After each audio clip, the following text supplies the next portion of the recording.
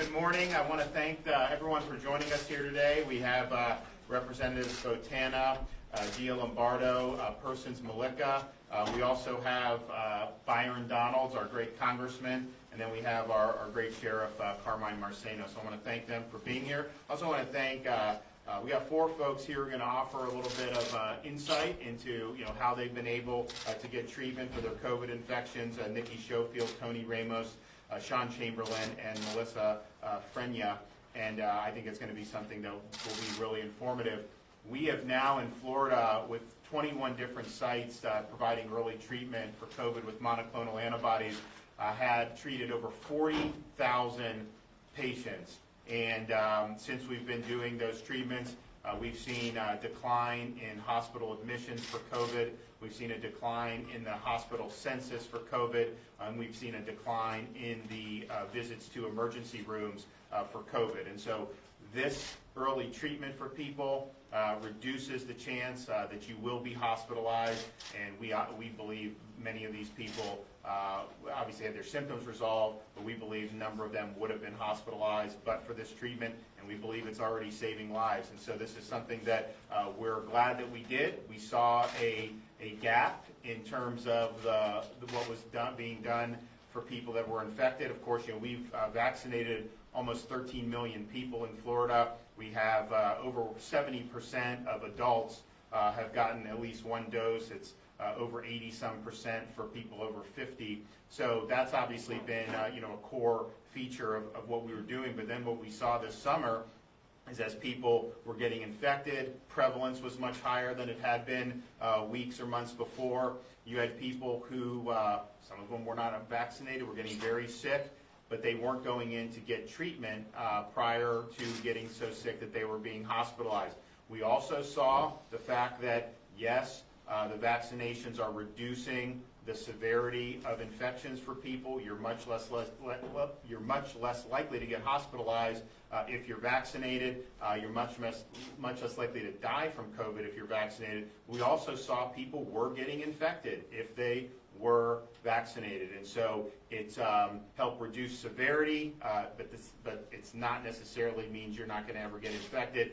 And then I think what we've seen is you have seen folks who are very high risk and have been fully vaccinated get this, get COVID, and then potentially end up in the hospital as well. So this is something really for anybody who is infected. Okay, what do you do at that point, particularly if you're of high risk? And so this has been something with the monoclonal antibodies that's made a real difference.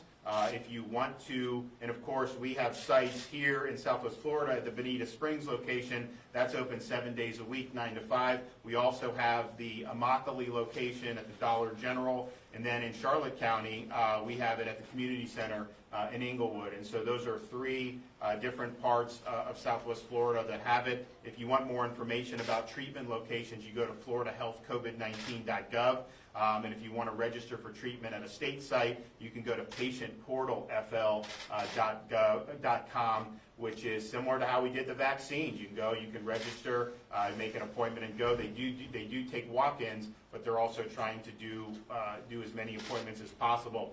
Prior to us setting up these sites, monoclonal antibodies were available. They weren't as well known, but you would have needed a referral from a physician in order to get it.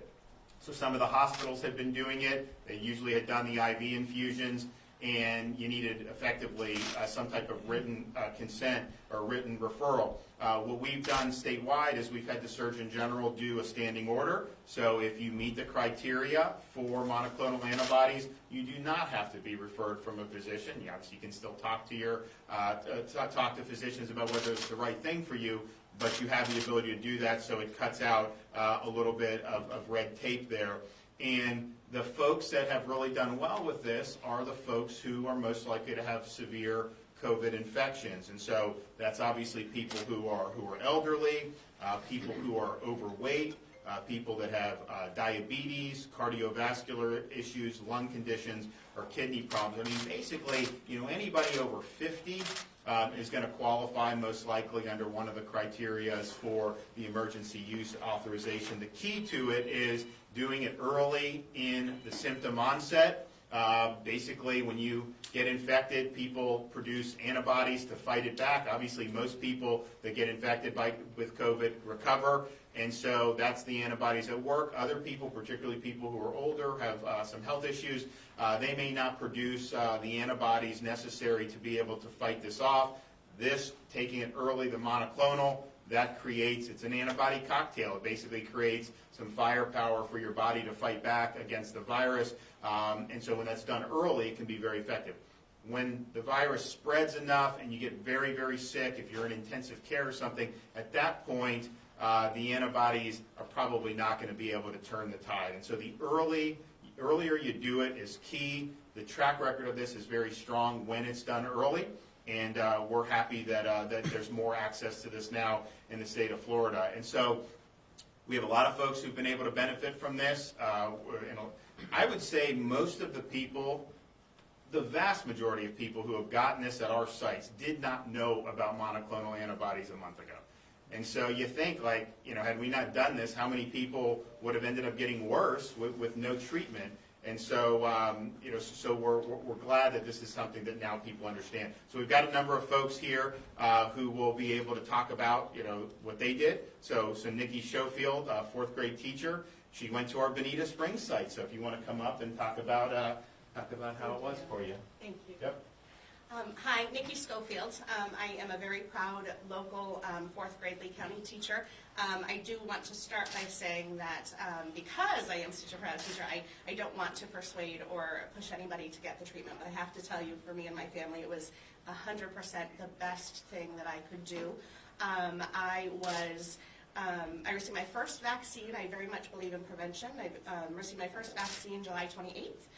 My two teenage boys decided to also get the vaccine as well, and we were scheduled for our second dose on the 18th of August. And I was in my classroom, completely asymptomatic that morning, and a very dear coworker said, "You have to go home. You look very, very sick." And so I did test positive on that day. And my boys decided to get their second dose of the vaccine, and I wasn't able to. But come Friday, which was the 20th, a very dear friend, my oldest and dearest friend, knew that the governor was speaking in Bonita, and she said, "Why don't you hop in your car right now and go and get treatment? They're accepting people." And so my 15-year-old, because I wasn't sure what to expect, I just knew I was very sick and didn't want to feel that way anymore. And so I made my 15-year-old, who was on quarantine, come with me in case I needed him to drive home. And we were the first people in line, and I felt results almost immediately. It was very easy. It was very painless. The people there, it was wild because I was the first patient. They were learning what to do. They were learning how to intake. They were learning how to register, and that was a great, wonderful experience. 4 shots, so 1 in each arm and 2 in the belly. For me, I have underlying medical conditions, like the governor was saying. I am morbidly obese, I am a diabetic, I have a heart murmur. I also suffer from OCD, so I didn't do any research, and like the governor said, I had no idea what this was a month ago, and so I just knew I had to do something for my family. So I feel that it helped me. I feel it saved me from the ICU, and so I'm very fortunate to have heard about it so quickly and got treatment so quickly. So thank you all. Okay, we also have Tony Ramos in law enforcement, married with 2 children. Why don't you come up and talk about it? That's going to be a little hard to follow. So my name is Tony Ramos. I did get sick. I felt like I left work one day, went home. Felt cold. I normally don't feel cold. My wife told me to take my temperature, took it 100 degrees. So I felt pretty sick, so I went to bed that day and woke up the next morning, 101, called out sick, made an appointment, went to get my test, tested positive the very next day, so it was day 3 now into it.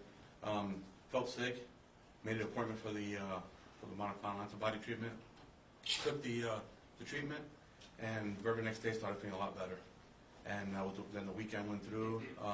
By Monday, I was up and out of the house, doing stuff around the house. I still had to take my 10 days before I went back to work. So I did some stuff around the house, and everybody else got sick. So then I felt better because I felt shielded and protected. And they all went through the same process as well. So everybody's feeling well now. So thank you. Thank you. Okay, Sean Chamberlain, husband, father, also works in law enforcement. You come up. Hello, thank you, Governor. Sean Chamberlain. I started feeling sick about 3 weeks ago. Started getting some of the symptoms. I went in and got tested.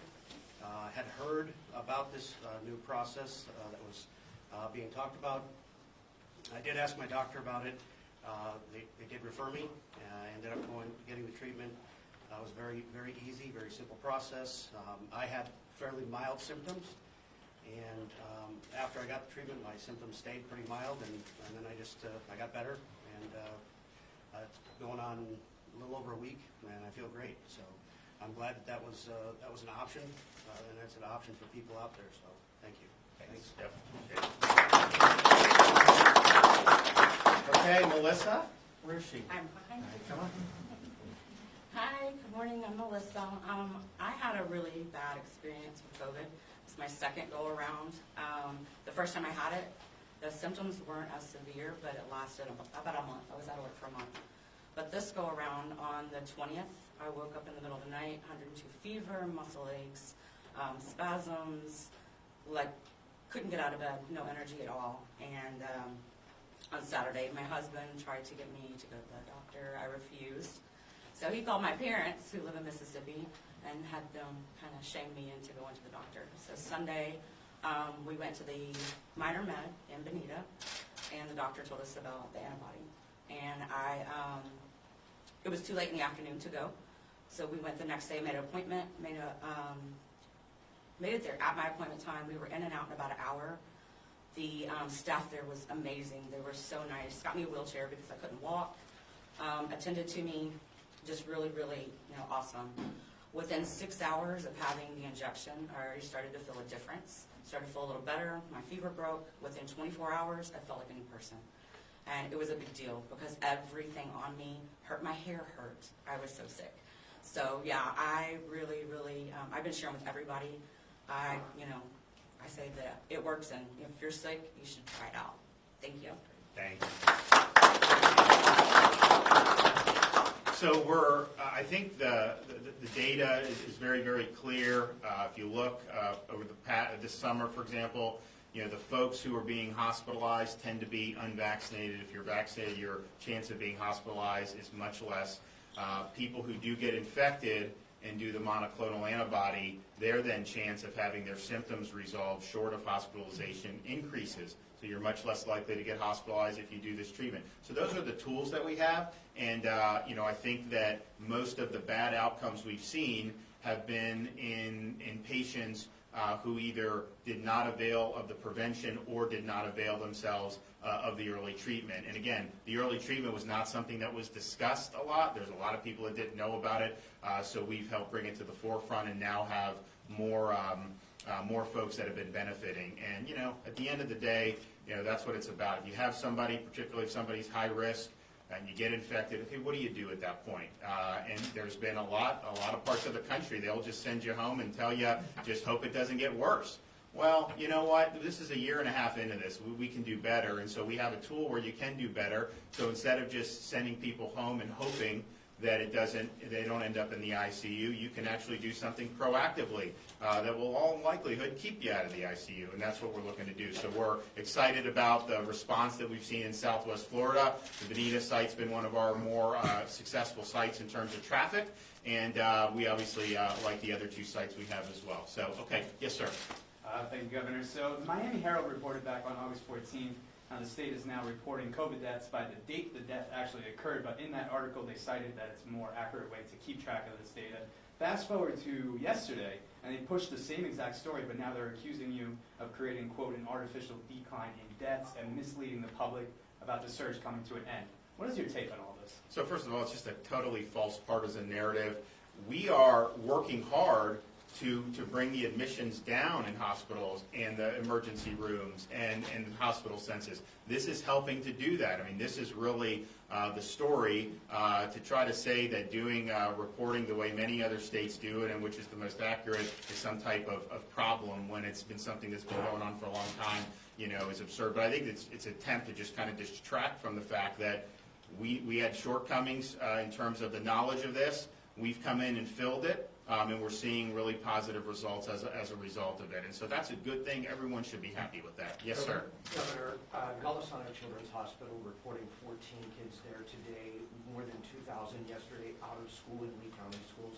You know the measures the Lee County School District took regarding masks. Your reaction to that, and will there be repercussions for their decision? Well, one, I think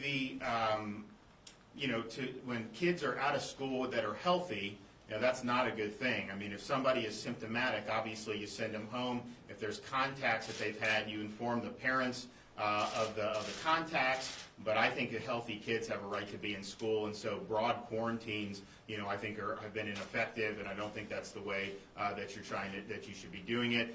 In terms of the school board, look, we have and these legislators, passed a law to provide parents with certain rights, and those rights include a number of things, but certainly includes the right for the parent to opt their kid out of any forced masking. Now, we had just like last year when we had the school reopening, we had a trial judge in Tallahassee try to keep the schools from going open last year. We obviously got that corrected on appeal. We had a decision last week. The order still hasn't come down, I don't think. And then that's going to be appealed, and we'll be successful on that front as well. So at the end of the day, you can't take away parents' rights. Parents do have the right under Florida law to make those decisions ultimately and to opt out of any forced requirements. Yes, ma'am. Governor DeSantis, I've heard you talk a lot about the numbers in the state are getting better with COVID deaths, hospitalizations. Unfortunately, in Lee County, our numbers, we hit the highest number of the health of deaths yesterday, 18 in a day, as our numbers dipped in the health system and went back up. Are you going to do more in addition to the monoclonal antibody treatments to help locally here? Well, so just when we talk about the declining hospital admissions and the declining census and the declining emergency visits, that's really looking at leading indicators going forward. Obviously, we had a number of people that have been infected who didn't do this treatment, unfortunately, over the last month or so. Now more and more people have been doing it recently, which is great. And so some of the figures, really reflect, I think, a reality where this wasn't something that people understood. So I think that this is when people are, particularly if they're at risk, when they get this, and then they're able to get the symptoms resolved most of the time. I think this has probably been the most effective. Well, the two most effective interventions have been, the vaccination. The people who are vaccinated are much less likely to be hospitalized, much less likely to die. But then on the back end, after an infection occurs, this has been the most effective intervention to provide early treatment so that folks can get their symptoms resolved. And obviously, it's all about early treatment saving lives. Also keeping people out of the hospital. No one wants to be in a hospital or an ICU, and obviously the hospitals have had a really trying summer with a lot more patients. I mean, depending on where you are, you have a big chunk of the patients were COVID positive. I mean, some got up to 40% of their whole patients, others 20%. And statewide, it's probably right now, about 20-25%. So that's a big deal. So that helps, I think, the health system as well. But also, even if someone can just get on the mend quicker, it gets them back. I mean, these are parents, these are people that have jobs, these are people that have anything. So I think it helps in a wide variety of ways, and I think we're going to continue to do that. Just to follow up. Okay, I got one more, and then I got to run. Yes, sir. On the topic of health data reporting, the state stopped reporting county-level COVID deaths in June, and I wonder if you think that data should be released. It hasn't been released, and so communities have an idea of what the death toll. I'll talk about it. I mean, I know they do the weekly report with everything. I'll drill down to see kind of what it is at the county level. But obviously, I think that would be something to be appropriate. Clearly, if you look at the county level hospitalization data, if hospitalizations spike, you unfortunately will usually see mortality as a result of that. When hospitalizations are declining, fortunately, you'll start to see the mortality decline as well. And so that, at the end of the day, put all the tools that you have in the toolbox towards this, and we, I think, have been able to identify something that was woefully underused. I mean, look, even people up in D.C. who have their own vision about some of this stuff, even they have acknowledged that this is something that's been very much underutilized. And so I think if we can utilize this, continue to utilize it going forward, we are now approaching, we have almost 13 million Floridians that have been vaccinated. If you look at the adult population, that's well over 70%. If you look at the over 50, that's closing in on 85%. And we're the #1 state for vaccinations in the entire southeast region, and we're above the national average. And so, but I think what we're seeing with the data is, the vaccinations are necessary but not sufficient. You got to have something on the back end too. You got to have treatment options. You got to have give people the ability to do it.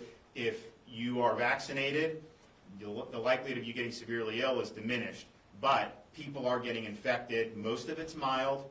CDC just put out, though, some data suggesting that the protection against hospitalization for those over 75 from vaccination has waned as the months have gone on. And so it's still good protection, but it's not quite what it was maybe 3 or 4 months ago. So these are all just things that, as you see that, you got to have kind of a full spectrum approach. And so that's what we're doing here. I'm glad that these folks have been able to benefit from it, and I know many more will be able to benefit going forward. I got to run to the next stop, guys. Great to be here. We'll see you.